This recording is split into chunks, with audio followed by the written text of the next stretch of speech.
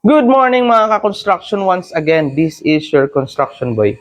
Salamat po sa Diyos sa ating panibagong araw ngayon. Yun guys, yung ating topic ngayon ay kung pwede ba tayong magbutas, pass through, dun sa ating biga. Kasi paminsan meron tayong PVC. Pwede ba nating butasin yun? Possible ba? Na butasin natin yung biga natin? At pwede ba tayong mag-embed o magpasok ng PVC doon sa ating mga kolom o poste?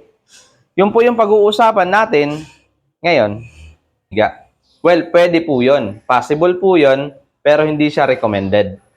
Yun guys. Pero, hindi lahat ng biga pwede nating butasin. So, may pili lang na biga na pwede nating butasin. Itatanong nyo muna kung meron kayong structural engineer. Itatanong nyo muna kung pwede kayong magbutas doon sa part sa biga na yon. Yun po. Kasi sila po yung nag-a-analyze. Meron po tayong tinatawag na structural analysis. Yung mga structural engineer po, sila po yung nag-a-analyze based dun sa drawing ng bahay nyo, based sa drawing ng building. Sila po nag-a-analyze kung gaano kalaki yung poste, gaano kalaki yung ating biga, ano pong mga sizes nun, ano po yung mga bakal na lalagay. Sila po ang nakakaalam nun. Sila po ang nag-analyze, sila po ang nag-design based dun sa hitsura ng ating mga bahay. So guys, pwede kayong magtanong doon sa kanila kung pwedeng butasin doon sa part na yun. Kasi hindi lahat ng biga pwede nyong butasin. So guys, kung wala kayong mapagtanungan na mga structural engineer, pwedeng sa sarili nyo na po mag-analyze po kayo. Tingnan nyo yung structure nyo, yung bahay nyo, kung pwede kayo magbutas. So, meron tayong mga konting consideration. Katulad po neto, yung ating biga, dapat merong additional support katulad ng ating asintada.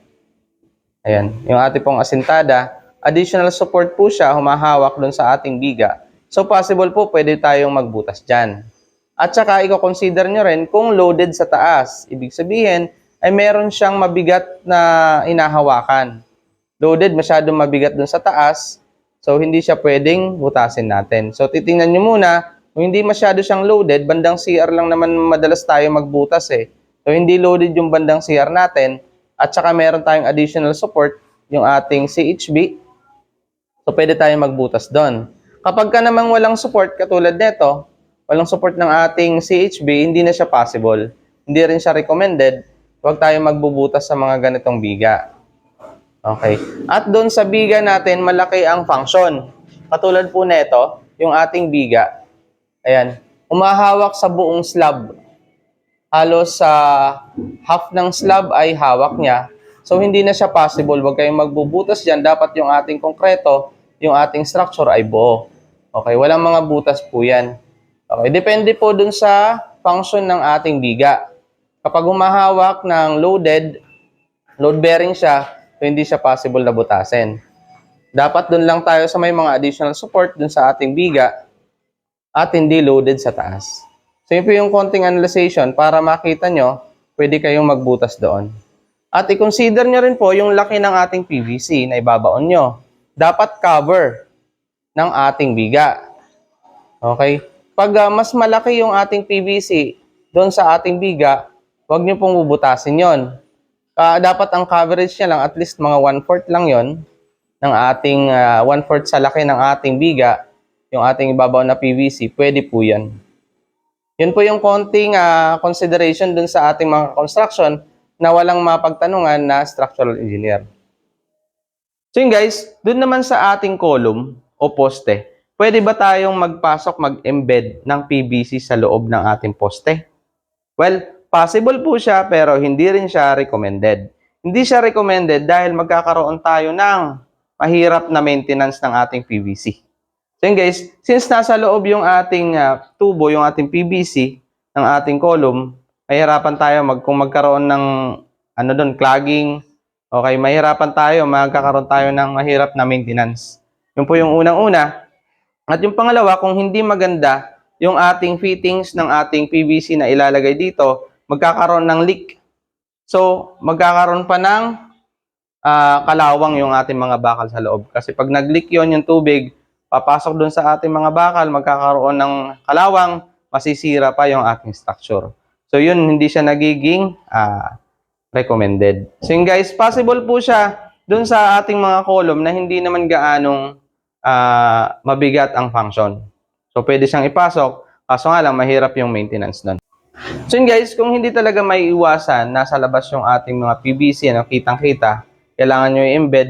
Imbis na i-embed nyo, gumawa kayo ng tinatawag na false column.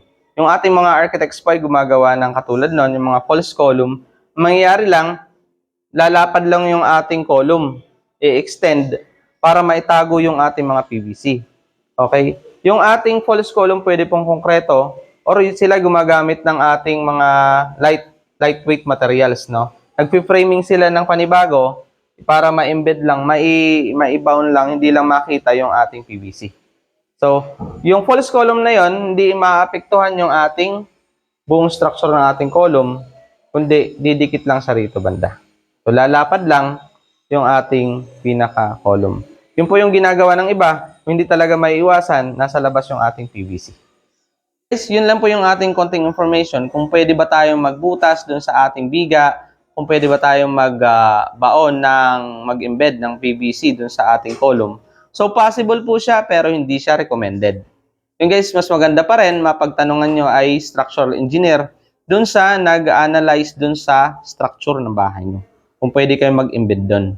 Kung wala naman kayong mapagtanungan, pwede nyo gawin yung aking tip na sinabi. Importante lang, hindi mapuputol, hindi apektado yung inyong reinforcement ng ating biga at saka ng ating column. So yun guys, yun lang ating konting information. If you like my video, please hit me a like and follow my Facebook. Felix Bellones po yung aking Facebook. Yung aking TikTok naman po ay @FelixBellones Construction Boy. At paki-support na rin po, paki-subscribe na rin po ng aking YouTube channel. Lex Vlogs po, yung aking YouTube channel. Salamat po sa Diyos. This is your Construction Boy. See you po sa aking next vlog.